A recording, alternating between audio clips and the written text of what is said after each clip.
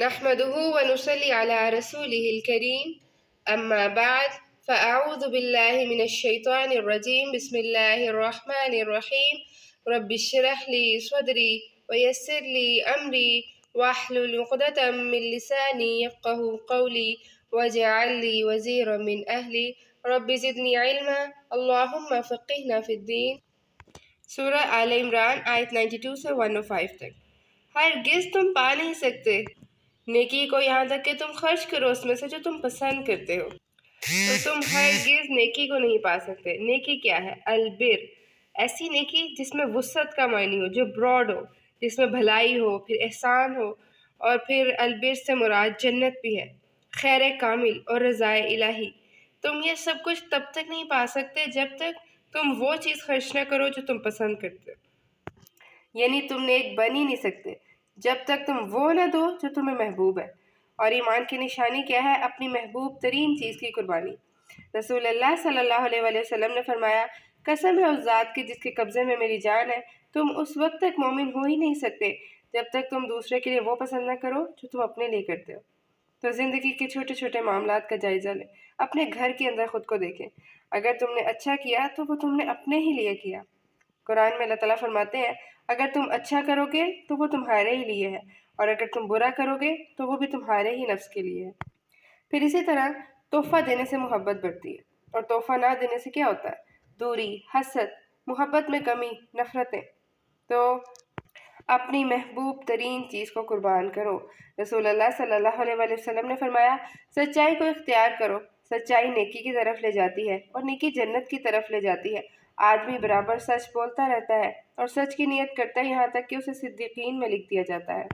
اور جھوٹ سے بچو کیونکہ جھوٹ برائی کی طرف لے جاتا ہے اور برائی دوزخ کی طرف لے جاتی ہے، اور آدمی برابر جھوٹ بولتا رہتا ہے یہاں تک کہ اللہ کے ہاں جھوٹا لکھا جاتا ہے، کاذب لکھا جاتا ہے۔ تو فرمایا کیا؟ سچائی اختیار کرو، سچائی نیکی کی طرف لے جاتی ہے، البر کی طرف لے جاتی ہے۔ اعمال میں سچائی، معاملات میں سچائی، رب کے ساتھ ایمان میں سچائی، خود کے ساتھ سچائی، اپنے مشن کے ساتھ سچا ہو۔ یہاں سچائی ہی چاہیے، اپنے اندر کی سچائی، سنجیدگی چاہیے، جسے یقین ہے کہ میرا رب جو اس نے لے لیا وہ سب لوٹا بھی دے گا، اور جو بھی تم خرچ کرو گے تو اللہ اسے جانتا ہے، یعنی یہاں اللہ نیت کو دیکھے گا۔ ہر کھانا تھا حلال بنی اسرائیل کے لیے، مگر جو حرام کیا اسرائیل نے، یعنی حضرت یعقوب علیہ السلام نے اپنے نفس پر، اس سے پہلے کہ نازل کی جاتی تورات۔ کچھ کھانے جو شریعت محمدی صلی اللہ علیہ وآلہ وسلم میں حلال ہیں وہ شریعت اسرائیل میں حرام تھے، جیسے انہوں نے خود اپنے اوپر اونٹ کا گوشت اور اس کا دودھ کچھ بیماری کی وجہ سے حرام کیا تھا۔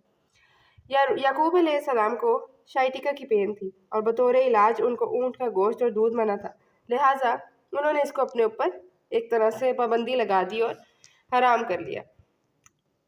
اب یہ کیوں کہا کہ اسرائیل یعنی حضرت یعقوب علیہ السلام نے اپنے اوپر یہ حرام کر لیا تھا؟ اس لیے کہ یہ لوگ جب بھی کوئی کبیرہ گناہ کرتے تو ان کو اس پر اللہ تعالیٰ کی طرف سے سزا ہی ملتی کہ وہ نعمت حرام کر دی جاتی۔ تو لیکن تھا کیا کہ حضرت یعقوب علیہ السلام نے تو اپنی بیماری کی وجہ سے کیا، لیکن باقی جو لوگ تھے، ان کے جو فالوورز تھے، انہوں نے بھی اپنے اوپر اس کو منع کر لیا۔ کہہ دیجئے بس لے آؤ تورات کو، پھر پڑھو اسے اگر ہو تم سچے، یعنی تورات میں تو یہ چیز حرام نہیں کی گئی۔ اور اگر ہم دیکھیں کہ جب بندے گناہ کرتے ہیں تو وہ اپنی ملنے والی نعمت کو کھو بیٹھتے ہیں، اس سے محروم ہو جاتے ہیں، تو ان پر تو یہ نعمت تھی اور انہوں نے خود ہی اس سے اپنے آپ کو محروم کر لیا۔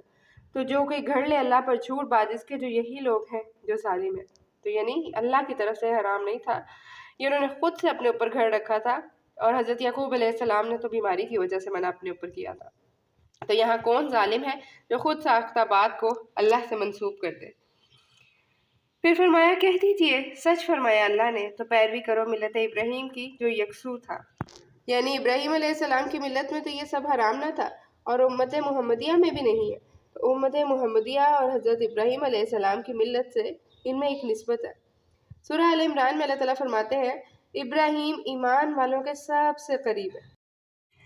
تو گویا جو یہود تھے وہ مسلمانوں کے دل میں اونٹ کے گوشت اور دودھ کے حرام ہونے کے بارے میں شک ڈال کے انہیں حضرت ابراہیم علیہ السلام کے دین سے پھیر رہے تھے، تو یہاں اسی کا جواب دیا گیا۔ پھر ان کی اگلی اعتراض کا ذکر آ رہا ہے یہود کا اعتراض تھا کہ بیت المقدس کی جگہ کعبہ کو قبلہ کیوں مقرر کیا گیا۔ اب اس کا جواب دیا جا رہا ہے کہ بے شک پہلا گھر جو بنایا گیا لوگوں کے لیے یقیناً وہی ہے جو مکہ میں ہے، مبارک، بابرکت اور ہدایت ہے تمام لوگوں کے لیے۔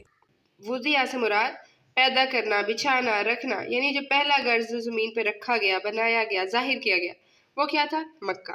اب مکہ کے لیے یہاں بکہ تک کا لفظ آیا ہے، تو پہلی بات یہ ہے کہ مکہ ہی ہے یہاں اس سے مراد، کیونکہ جو بے کا مخرج ہے اس کے ساتھ ساتھ ہی ہونٹوں سے ہی میم کا بھی مخرج ہے۔ دوسری وجہ یہ بکتن، با کاف کاف اس کا مخرج ہے، اور بکہ کہتے ہیں رش کرنا، ہجوم کرنا۔ اب کیونکہ مکہ میں لوگوں کا ہجوم رہتا ہے، لوگ اکٹھے ہوتے تھے، اس لیے مکہ کا نام بکہ پڑ گیا۔ اسی طرح تیسری بات یہ کی جاتی ہے کہ مکہ کا لفظ تورات میں بکہ کے نام سے ہے۔ تو یہاں جو بابرکت جگہ بتائی جا رہی ہے وہ کون سی ہے؟ مکہ، اور ہدایت ہے تمام جہانوں کے لیے۔ حضرت ابو ذر رضی اللہ تعالیٰ عنہ نے رسول اللہ صلی اللہ علیہ وسلم سے پوچھا دنیا کی پہلی مسجد کون سی تھی؟ فرمایا مسجد حرام۔ پھر دوسری کون سی؟ فرمایا بیت المقدس۔ اور ان دونوں کی تعمیر کے درمیان کتنا فاصلہ تھا؟ فرمایا 40 سال۔ اور طوفان نوح میں ہم جانتے ہیں۔ پھر فرمایا اس میں نشانیاں ہیں واضح، اور اگر ہم دیکھیں تو مکہ میں بہت سی نشانیاں، جن میں سے ایک کا ذکر تو اللہ خود کر رہے ہیں آیت میں، کیا ہے؟ مقام ابراہیم، اور جو کوئی داخل ہو گیا اس میں وہ امن میں آ گیا۔ یہ ایک اور اس کی نشانی کہ وہ امن کی جگہ ہے۔ تو مقام ابراہیم ہے جہاں حضرت ابراہیم علیہ السلام کے قدموں کے نشان ہے، اور حجر اسود ہے، وہاں جنت کا پتھر ہے۔ اور وہاں اللہ کی کون سی نشانی ہے؟ وہاں زمزم ہے، وہاں صفا اور مروہ ہے جن کو اللہ نے شاعر اللہ کہا، وہاں رکن یمانی ہے۔ پھر مزید اللہ کی نشانیاں، مکہ کی برکتیں کہ وہ سب سے زیادہ آباد جگہ ہے۔ پھر اسی طرح اس جگہ میں اللہ تعالیٰ نے ایک کشش رکھی ہے، ایک اٹریکشن ہے، ایک پل ہے کہ جو بھی وہاں جاتا ہے وہ طرف کھینچا جاتا ہے، اس کا دل کرتا ہے وہ بار بار وہاں جائے۔ آنکھیں دیکھ لیں کعبہ کو تو تھکتی نہیں ہے، بار بار دیکھنے کا دل کرتا ہے۔ اور دنیا کا کتنا ہی بڑا مونیومنٹ ہو لیکن اس میں اتنی اٹریکشن نہیں ہے جتنی کعبۃ اللہ میں ہے، جتنی مکہ میں ہے۔ اور جو اس جگہ میں داخل ہو گیا، اللہ تعالیٰ فرما رہے ہیں وہ امن میں آ گیا، وہ ٹینشن فری ہو گیا، دنیا میں بھی اور آخرت میں بھی۔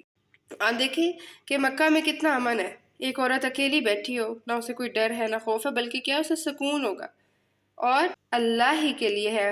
اوپر لوگوں کے حج کرنا ہے بیت اللہ کا، یعنی اللہ کی خاطر وہاں جانا ہے، اور جو کوئی استطاعت رکھتا ہو اس کے راستے کی، اور جو کوئی کفر کرے گا تو بے شک اللہ بے نیاز ہے تمام جہانوں سے۔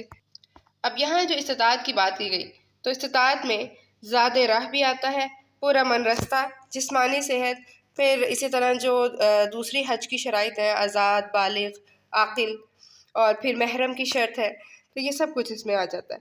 اور اللہ تعالیٰ کہہ رہے ہیں جس نے کفر کیا، جس نے حج کا انکار کیا، تو پھر اللہ تو بے نیاز ہے۔ اللہ تعالیٰ کو تو بندے کی باتیں اس طرح سے نہیں چاہیے۔ اور پھر اسی طرح جس سے محبت ہوتی ہے اس سے متعلق ہر چیز سے محبت ہوتی ہے، اس کے گھر سے، اس جگہ جانے سے، اور جسے اللہ کی محبت ہو پھر وہ اس کے گھر کی بھی محبت رکھتا ہے۔ اور یاد رکھیے جہاں چاہ وہاں راہ، پھر اللہ اسے وہاں بلا بھی لیتا ہے۔ کہہ دیجیے اے اہل کتاب، کیوں تم کفر کرتے ہو اللہ کی آیات کا، اور اللہ خوب گواہ ہے اس پر جو تم عمل کرتے ہو۔ اب یہاں اللہ کی آیات سے مراد آیات کونیہ اور آیات شرعیہ، یہ دو طرح کی اللہ تعالیٰ کی آیات ہیں۔ آیات میں پہلی بات تو آیات کونیہ مراد لی جائے تو یعنی اللہ کی نشانیاں۔ اللہ کی نشانیوں کا کیوں کفر کرتے ہو؟ جیسے پیچھے مکہ کی نشانیوں کی بات کی گئی، پھر اسی طرح اللہ کی نشانیاں ہیں سورج اور دن اور رات کا آنا، ستارے، ہوا، بادل، بارش، یہ سب کیا ہیں؟ آیات کونیہ۔ اور آیات شریعہ جن میں قرآن کریم میں احکامات بتائے گئے ہیں، ان کا کیوں انکار کرتے ہو؟ اور اللہ تو خوب جانتا ہے۔ کہہ دیجیے اے اہل کتاب، کیوں تم روکتے ہو یا پھیرتے ہو اللہ کے راستے سے اسے جو ایمان لایا، اور تم تلاش کرتے ہو اس میں ٹیڑھا پن، کجی، حالانکہ تم گواہ ہو اور نہیں ہے اللہ غافل اس سے جو تم عمل کرتے ہو۔ تو یہاں اہل کتاب سے خطاب ہے، یہود سے خطاب ہے کہ تم کیوں روکتے ہو، اور لوگوں کو کیسے روکا جاتا ہے؟ اپنے طرز عمل سے، باتوں سے، پھر ہاتھ سے، زبان سے، عمل سے، تنقید کر کے روکا جاتا ہے، کئی دفعہ سازشیں کر کے دین سے روکا جاتا ہے۔ اور سازش کیا تھی ان کی؟ کہ جو ایمان لاتا ہے اسے بہکاتے، حالانکہ ان کو ایمان کی سچائی معلوم تھی۔ اللہ تعالیٰ کہہ رہے ہیں تم جانتے ہو۔ اور وہ کیوں کرتے تھے ایسا؟ اپنے نفسوں کے حسد کی وجہ سے کرتے تھے۔ پھر فرمایا اے لوگوں جو ایمان لائے ہو، اگر تم اطاعت کرو ایک گروہ کی ان میں سے جو دیے گئے کتاب، وہ پھیر دیں گے تمہیں بعد تمہارے ایمان کے کافر بنا کر۔ یعنی کافر کی اطاعت کفر ہی کی طرف لے جاتی ہے۔ ہم نے اوس اور خزرج کا واقعہ پڑھا تھا۔ لوگ دین کے کام کے لیے اکٹھے ہونے والوں کے درمیان ضرور تفرقہ ڈالتے ہیں، کیونکہ یہ اجتماعیت جو ہے نا، مل جل کے رہنا، یہ ایک مضبوط دیوار ہے۔ رسول اللہ صلی اللہ علیہ وسلم نے اس اجتماعیت کو دیوار سے تشبیہ دی ہے۔ رسول اللہ صلی اللہ علیہ وسلم نے فرمایا مومن ایک دیوار کی مانند ہے جس کی ہر ایک اینٹ دوسرے کی مددگار ہے، اور یہ بات شیطان کو سب سے زیادہ تکلیف دیتی ہے، اور شیطان پھر اس سے بچانے کے لیے ہر طرح کے حربے کرتا ہے، کہیں وسوسے ڈالتا ہے، پھر لوگوں سے غیبتیں کرواتا ہے۔ اور پھر شیطان کے ان حربوں سے بچنے کے لیے ہم نے کیا کرنا ہے؟ کسی کی غیبت نہیں سننی، کسی کے پیٹھ پیچھے اس کی بات نہیں سننی، یہ ہمارے اعمال کو ضائع کر دے گی۔ قرآن پڑھنے والے صاحب قرآن، ان کے اعمال اور ان کے طریقے ڈیفرنٹ ہوتے ہیں۔ اور کیسے تم کفر کرتے ہو حالانکہ تم پڑھی جاتی ہیں تم پر آیات اللہ کی، اور تم میں سے ایک تو یعنی تم میں اللہ کا رسول بھی ہے، اور جو تھام لے اللہ کو تو تحقیق وہ ہدایت پا گیا طرف سیدھے راستے کے۔ اب ایک دفعہ پھر کہا جا رہا ہے دور جاہلیت میں بھی اسی طرح تھا، اور رسول اللہ صلی اللہ علیہ وسلم نے ایک پیشین گوئی بھی کی تھی۔ فرمایا تھا سن لو کہ میرے بعد ایک دوسرے کی گردنیں مار کر کافر نہ بن جانا۔ یعنی کفر کیا ہے؟ ایک تو یہ کہ اپنے نفس کی ماننا، دل کی بات ماننا، اور دوسرا مسلمانوں کو دین سے پھیر دینا یا پھر انہیں قتل کرنا۔ اور یہاں مسلمانوں کو کہا جا رہا ہے کہ تم کفر کر بھی کیسے سکتے ہو؟ یعنی ایمان والوں نے اگر اہل کتاب کے ایک گروہ کی بھی پیروی کی، یہود کی یا نصارہ کی، یا ان کا بھی کوئی ایک گروہ، اور یا پھر ان کے ایجوکیٹڈ لوگوں سے امپریس ہوئے یا ان کی پیروی کی، فریقاً کی بات کی جا رہی ہے۔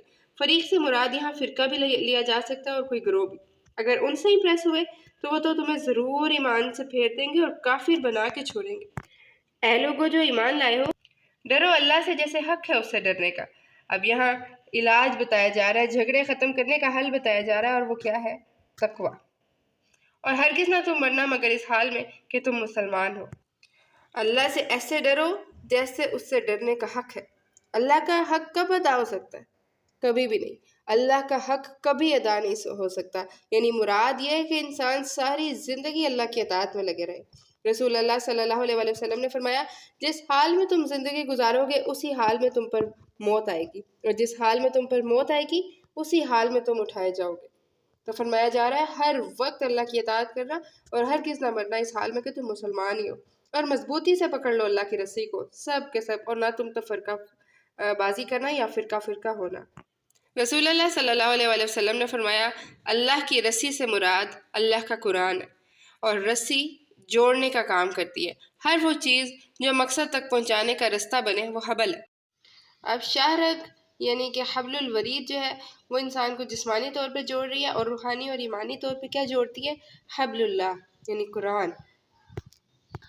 اور یہاں جو فرقے کی بات کی گئی تو یہ ایکچوئل فرقہ بازی ہی مراد ہے، بے دینی نہیں مراد، یہاں مرتد ہو جانا مراد نہیں ہے۔ یہاں کیا مراد ہے کہ اللہ کی رسی کو مضبوطی سے تھام لو، اور کہا کسے جا رہا ہے؟ ایمان والوں سے خطاب کیا جا رہا ہے کہ تم تو فرقے میں نہ پڑنا، فرقہ نہ ہو جانا۔ اور پھر کہا یاد کرو اس نعمت کو اللہ کی اپنے اوپر جب تھے تم دشمن، پھر اس نے الفت ڈال دی تمہارے درمیان، اور ہو گئی اس کی نعمت سے تم بھائی۔ یعنی اسلام نے لوگوں کو اکٹھا کیا، اور تھے تم کنارے پر گڑھے کے آگ کے، اور اس نے بچا لیا تمہیں اس سے۔ اسی طرح واضح کرتا ہے اللہ تم اپنی آیات کو تاکہ تم ہدایت پا جاؤ۔ تو گویا اتفاق اور اتحاد اللہ سے مضبوط تعلق ہی سے ممکن ہے۔ مردوں پر جیسے ہم دیکھیں باجماعت نماز فرض ہے، دکھنے میں کتنا مشکل کام ہے، لیکن ایک بہت زبردست سوشل سرکل بنتا ہے۔ اسی طرح اس تعلق سے ایک روب بنتا ہے مسلمانوں کو۔ پھر ہم اگر دیکھیں تو دنیا میں تعلقات ختم ہو جاتے ہیں جب ضرورت ختم ہو جاتی ہے۔ معاشرے میں رشتوں کی بنیاد دنیا کو دیکھ کر رکھی جاتی ہے۔ وہ شادی عموماً کامیاب رہتی ہے جو اللہ کی خاطر رکھی جاتی ہے، جس میں وہ چیزیں دیکھی جاتی ہیں جن کو دیکھنے کا حکم ہے، کیونکہ جو اللہ کی خاطر محبت کرتے ہیں، جو اللہ کی خاطر ایک دوسرے سے ملتے ہیں، وہ کبھی جدا نہیں ہوتے، وہ شکوے نہیں کرتے، چھوٹی چھوٹی باتوں پر ایک دوسرے سے ناراض نہیں ہوتے، وہ چھوٹی چھوٹی باتوں کو ایشو نہیں بنا لیتے، اور وہ باتوں کو دل میں رکھ کر بدگمان نہیں ہوتے، وہ معاف کرنا جانتے ہیں کیونکہ ان کا تعلق بہت بڑی ہستی کے نام پر ہے، اور جتنا بڑا رب کا نام ہے اتنا ہی بڑا پھر ان کا دل بھی ہو جاتا ہے۔ اور اگر یہ شرط پوری نہ ہو تو اس کا مطلب یہ ہے کہ صرف اللہ کا نام استعمال کیا گیا تھا لیکن اصل میں وہ محبت اللہ کی خاطر نہ تھی، تو وہ تعلق جو اس کے نام پر بنائے جائیں وہ ہمیشہ قائم بھی رہتے ہیں۔ رسول اللہ صلی اللہ علیہ وآلہ وسلم نے فرمایا، تمہاری 3 باتیں اللہ کو پسند ہیں، شرک نہ کرو، صرف اسی کی عبادت کرو۔ نمبر 2، سب کے سب اللہ کی رسی کو مضبوطی سے تام لو، اور تیسرا، تفرقے میں نہ پڑو۔ ایک اور جگہ فرمایا، تمہاری 3 باتیں اللہ کو پسند نہیں، بے وجہ کیل و کال، مال برباد کرنا اور کثرت سوال۔ اللہ تعالیٰ ہمیں اچھی عادتوں کو اپنانے اور بری عادتوں کو چھوڑنے کی توفیق عطا فرمائے۔ اور ضرور ہو تم میں سے ایک گروہ جو دعوت خیر دے اور جو حکم دے نیکی کا اور جو روکے برائی کا۔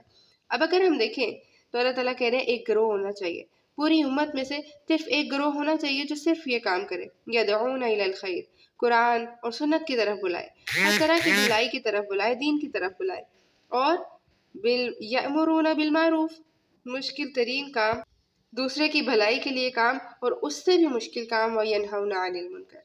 اگر ہم دیکھیں تو کسی کو اچھی باتیں بتانا آسان لگتا ہے، لیکن اسے روکنا کہ یہ تم غلط کر رہے ہو، یا اسے بتانا کہ یہ برائی ہے اور اسے بچ جاؤ، کی طرح اس سے بھی زیادہ مشکل کام ہو جاتا ہے۔ لیکن اللہ کی خاطر اس کے بندے یہ بھی کرتے ہیں، اور یہی لوگ ہیں جو فلاح پانے والے ہیں۔ کرائٹیریا بتا دیا سکسیس کا۔ اور نہ تم ہو جانا ان کی طرح جو فرقہ فرقہ بن گئے اور انہوں نے اختلاف کیا بعد اس کی جو آ گئی ان کے پاس واضح نشانیاں۔ تو ایک دفعہ پھر اہل کتاب کی طرف اشارہ ہے۔ رسول اللہ صلی اللہ علیہ وآلہ وسلم نے فرمایا، تم سے پہلے اہل کتاب 72 فرقوں میں بٹ گئے، یہ امت 73 فرقوں میں بٹے گی، جن میں سے 72 جہنم میں جائیں گے اور ایک جنت میں جائے گا۔ صحابہ کرام نے عرض کیا، ہے اللہ کے رسول، وہ نجات پانے والا گروہ کون سا ہوگا؟ فرمایا، جس پر میں اور میرے صحابہ ہیں، یعنی قرآن اور سنت۔ اللہم انی اسألک الجنۃ الفردوس۔